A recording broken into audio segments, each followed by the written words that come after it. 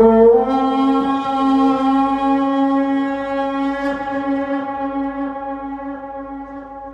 kabiri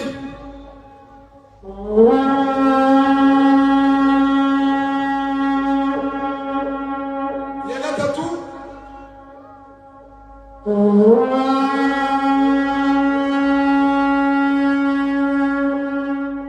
ya kane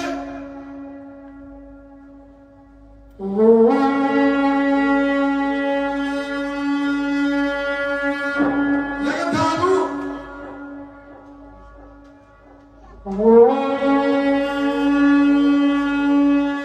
ya gatandatu ya gatandatu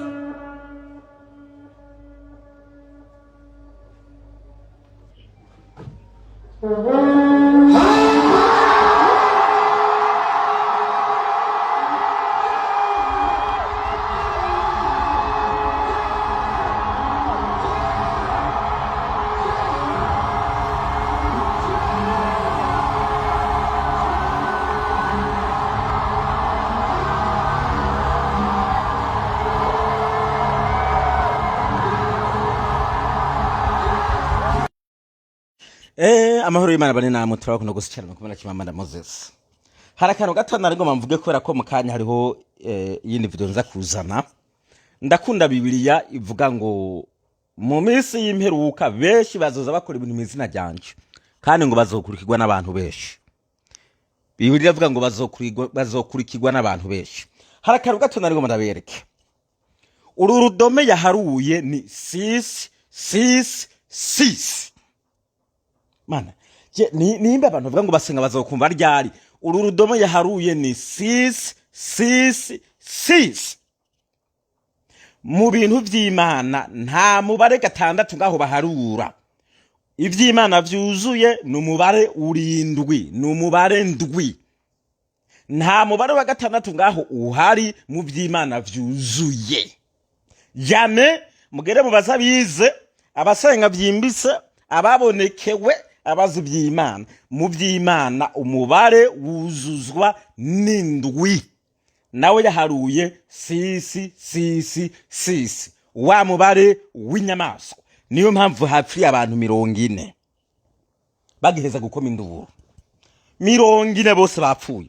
Naberetse maze gupostinga abashika banga umwe batatu maze gupostinga batanu.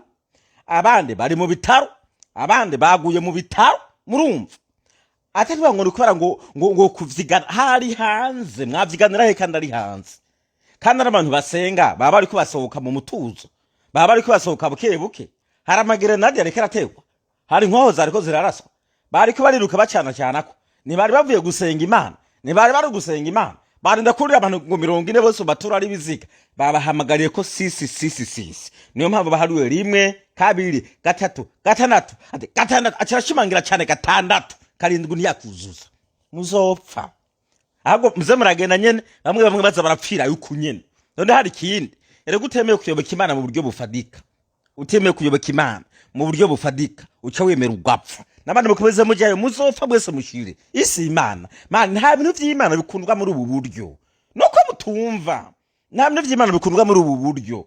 Dufise abantu benshi bigisha mukuri bigisha kwihana bigisha neza ndabarahiye nta nubwo bagira ku bantu amajana 2 ndakaba ntabigumye ngaho mwagomba komfa cyangwa uko bane ngaha bapfuye none umusare ko babahamagarira ko gatandatu 666 mucyamuzaga aho linda mucyamuza mukana wowe uragowe wowe uri umusaza urago mwe nimwe mugowe ibaza ibisiga 40 byose byaguye harya wowe Imana izoguhana itumura kapfu ko nyine mwabigesera ngaho ngo ngurumva wewe Imana izoguhana uragowe bada abantu 40 bose bapfiriyeho wari umukino muragapfisha aho basona banye ko nabo muvukana bapfira hadane muri kanguka muzoce mugaruka ngaho mugera mudebagura ibyo mudebagura ibirofa ngaho ngo birakijijwe ari kwirwa bitamba imivyimba ku bantu gusa erega niyo mpamvu no kugenda no gukizwa ntivyigera bikira. Urazi ko dufise ngaho ibigoryi vyama muri kanguka ngaho mugabe kagumana ubugoryi n'inzigo n'ishari ntabwo mwokizwa nta muntu harimwe amadayimoni n'amajini ashobora gutuma ngaho mukizwa.